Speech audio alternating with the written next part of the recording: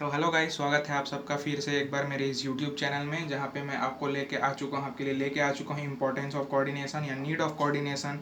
जैसे कि हमने चैप्टर पूरा कवर कर लिया है ऑलमोस्ट, अब सिर्फ एक लास्ट टॉपिक बचे, इसके बाद हम चलेंगे चैप्टर 2 में। पर उससे पहले आज मैं आपको लेके आ चुका हूँ last topic need of coordination में। तो नीड ऑफ कोऑर्डिनेशन, कोऑर्डिनेशन क्यों ज़रूरी है, तो आज मैं इसके 3 पॉइंट है कोऑर्डिनेशन। जैसे कि कोऑर्डिनेशन मैं बता चुका हूँ, एक ऑर्गेनाइजेशन में कोऑर्डिनेशन ज़रूरी है क्योंकि हम एकजुट होकर काम करें और हमारा इंडिविजुअल गोल ना हो के एक हमारा कॉमन गोल है, जो कि हमारा ऑर्गेनाइजेशन को आगे बढ़ाना हो। ठीक है ना। तो अब कोऑर्डिनेशन का यहाँ पे मैंने छोटा सा एक डेफिनेशन भी लिख लिया है। कोऑर्डिनेशन सबसे ज़्यादा ज़रूरी क्यों होते हैं, क्योंकि हमको बहुत सारे इंडिविजुअल की जो मेहनत है उसको एकजुट करके आगे ले जाना पड़ते हैं। ठीक है ना। क्योंकि बहुत सारे लोग होते हैं और सब अगर अपना ही ऑर्गेनाइजेशनल गोल नहीं होगा, कॉमन गोल नहीं होगा, सबका एक इंडिविजुअल अपना एक मानना होगा, इंडिविजुअल ऑब्जेक्टिव होगा सबका, तो फिर क्या होगा, ऑर्गेनाइजेशन ख़त्म हो जाएगा। तो इसलिए कोऑर्डिनेशन जरूर है। अब चलिए आते हैं first point, growth in size. जैसे कि मैंने बताया था पिछले वीडियो में कि कोऑर्डिनेशन तब तक जरूरी है जहाँ पे एक ग्रुप हो, जहाँ पे नंबर ऑफ पीपल्स हो, नंबर ऑफ एम्प्लॉय हो। एक जन है तो क्या कोऑर्डिनेशन, किसके साथ वो कोऑर्डिनेट करेगा, किसके साथ वो एकजुट होकर काम करेगा। तो भीड़ में हमको ग्रोथ इन साइज, जब भीड़ होते हैं मतलब कि जब बहुत सारे लोग होते हैं, बहुत सारे एम्प्लॉय होते हैं एक ऑर्गेनाइजेशन में, तो हमको एक साथ मिलजुल के काम करना पड़ता है। हमारे अपने इंडिविजुअल जो सोच है, इंडिविजुअल थॉट है, उसको पीछे रख के हमको ऑर्गेनाइजेशनल ऑब्जेक्टिव को, और हमारा ऑर्गेनाइजेशनल ऑब्जेक्टिव सिर्फ ये होना चाहिए कि हमारे कंपनी को आगे बढ़ाएं। तो ग्रोथ इन साइज पहला है। कोऑर्डिनेशन का ज़रूरत तब है जब increase in size of organisation, जब ऑर्गेनाइजेशन बड़ा हो या फिर मोर नंबर ऑफ पर्सन हो जो एक साथ काम कर रहे हैं। अब क्या होगा, हर एक इंडिविजुअल का अपना एक नीड होगा, अपना एक ऑब्जेक्टिव होगा। उस सब चीज़ को हमको क्या करना है, एकजुट करके एक पास लाना है। और वो उससे क्या होगा कि हमारा ऑर्गेनाइजेशन आगे बढ़ेगा। एकजुट करना होते हैं, बहुत सारे अलग अलग थॉट्स आते हैं, उन सबको एक एक मुट्ठी में, एक ऑर्गेनाइजेशन को आगे बढ़ाने के लिए हर एक नीड ऑब्जेक्टिव, हर एक इंडिविजुअल का हमको एक साथ लाना पड़ता है, तब तो ऑर्गेनाइजेशन आगे बढ़ते हैं।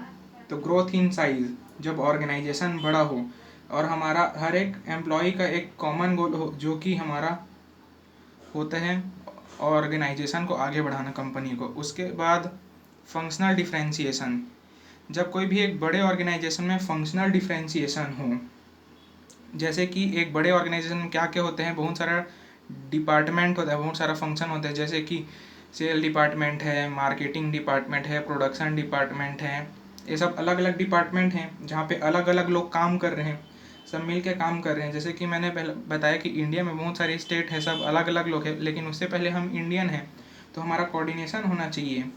वैसे ही ऑर्गेनाइजेशन में, बहुत बड़ा ऑर्गेनाइजेशन है जहाँ पे ग्रोथ होता है, ग्रोथ इन साइज मतलब जहाँ पे बहुत सारे एम्प्लॉय हैं, वो अपने अपने डिपार्टमेंट को आगे बढ़ाने के लिए तो बहुत काम कर रहे हैं। जैसे कि सेल्स वाला हमेशा काम करेगा कि सेल्स आगे बढ़े, सेल्स अच्छा डिपार्टमेंट बने। मार्केटिंग वाला मार्केटिंग में काम करेगा, मार्केटिंग अच्छा हो। और क्या होगा, जो प्रोडक्शन मैनेजर है वो प्रोडक्शन में ध्यान होगा। लेकिन उन सब से पहले हमको कोऑर्डिनेट करके चलना है। हमारा जो नीड है, हमारा जो ऑब्जेक्टिव है, वो एक साथ बढ़े रहे, एक साथ आए, हम एक साथ उसको लेकर आए। तो क्या होगा उससे, क्योंकि हम उससे पहले हम एक ऑर्गेनाइजेशन के एक पार्ट हैं, हम एक पार्ट ऑफ वन ऑर्गेनाइजेशन है सब हम। जैसे कि बोला ना कि अलग अलग स्टेट में है, लेकिन हम उससे पहले क्या है, हम पार्ट ऑफ एक कंट्री है जो कि कंट्री इंडिया है। वैसी ऑर्गेनाइजेशन, हम सब एक ऑर्गेनाइजेशन के पार्ट है, भले ही हमारा फंक्शनल डिफ्रेंशिएशन है। तो ये हो गया हमको, पहला है ग्रोथ इन साइज, दूसरा क्या है, फंक्शनल डिफ्रेंशिएशन। फिर थर्ड आता है आपका स्पेशलाइजेशन। अब मैं स्पेशलाइजेशन पॉइंट को समझाता हूँ, थोड़ा ध्यान से सुनिएगा। स्पेशलाइजेशन, जैसे कि एक ऑर्गेनाइजेशन है, वहाँ पे बहुत सारे लोग काम करते रहते हैं और बहुत सारी स्पेशलिस्ट लोग काम करते रहते हैं। जैसे कि एक हॉस्पिटल में होते हैं ना, बहुत सारे स्पेशलिस्ट डॉक्टर लोग होते हैं, उसी तरीके से एक ऑर्गेनाइजेशन में बहुत सारे क्वालिफाइड पीपल लोग एक साथ मिल के काम करते रहते हैं। जैसे कि अब मैं एग्जांपल देता हूँ, कभी कभी मूवी में देखना क्या होता है, दिखाता है ये बिजनेसमैन इस बिजनेसमैन के साथ उसका अच्छे से सेटअप नहीं होते हैं, ये दोनों का लड़ाई चलते रहते हैं। ऐसे देखते हैं ना हम कोई भी, ये ये बिजनेसमैन इस बिजनेसमैन से एकदम एरोगेंट से बात करते हैं, बहुत घमंड होते हैं उसके अंदर। तो जैसे कि हम बहुत सारे मूवीज़ में देखते हैं, वैसे ही क्या होता है कभी कभी, जैसे कि स्पेशलिस्ट लोग हैं, वो लोग सोचते हैं कि सिर्फ हम ही इस ऑर्गेनाइजेशन में क्वालिफाइड पर्सन है और हमको सबसे ज़्यादा आता है। तो मैनेजर को यहाँ पे क्या करना पड़ता है, अगर वो सब एक इसी के जैसे सोचने लग गए हैं कि मेरे को सबसे ज़्यादा आता है, दूसरा सोचने लग गया मेरे को सबसे ज़्यादा आता है, जो फर्स्ट पर्सन बता रहे वो उसका जो सोचने का तरीका है जो बोल रहे हो गलत है। फर्स्ट पर्सन सोचा कि सेकंड वाला जो डिसीज़न दे रहे हैं कंपनी को आगे बढ़ाने के लिए, उसका वो जो बोल रहे हैं वो गलत है। तो इससे क्या हो जाएगा, चाउस हो जाएगा, कन्फ्यूज़न होगा, और इन सब से क्या होगा, डैमेज होगा ऑर्गेनाइजेशन को।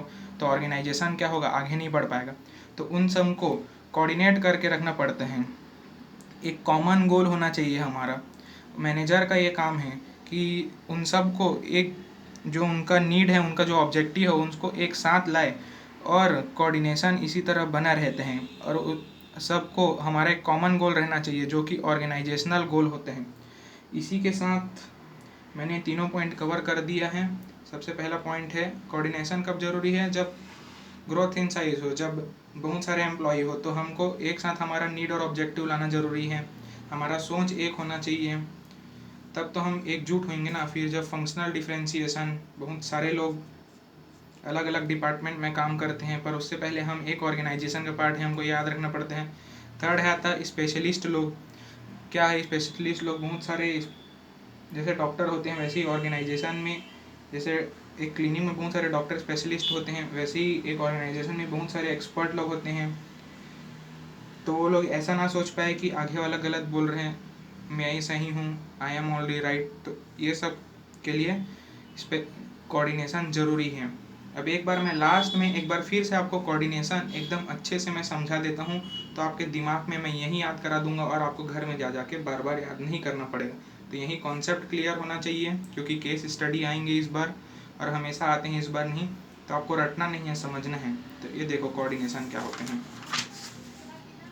कोऑर्डिनेशन का सीधा सीधा मतलब होता है इंटीग्रेशन, एकजुट होकर काम करना। अब कोऑर्डिनेशन कहाँ पे लगते हैं, जहाँ पे ग्रुप ऑफ पीपल होते हैं, सबके एफर्ट को एक साथ रखना, एक साथ सबके बात एक बार में सब एक साथ सबका बात रखते हुए उसमें से जो सबसे अच्छा लगे उसको हमको आगे बढ़ाना है, और हमारा जो प्लान ऑब्जेक्टिव है उसको अचीव करना है। और कोऑर्डिनेशन से एक और चीज़ बताया था ना, मिनिमम कॉन्फ्लिक्ट होते हैं, कॉन्फ्लिक्ट ज़्यादा नहीं होते हैं। तो ये होते हैं हमारा कोऑर्डिनेशन। तो इसी के साथ थैंक यू, और वीडियो को ज़्यादा से ज़्यादा शेयर करें अपने फ्रेंड्स में, और चैनल को सब्सक्राइब करें। अब मिलते हैं हम चैप्टर नंबर 2 में बहुत जल्द। Thank you.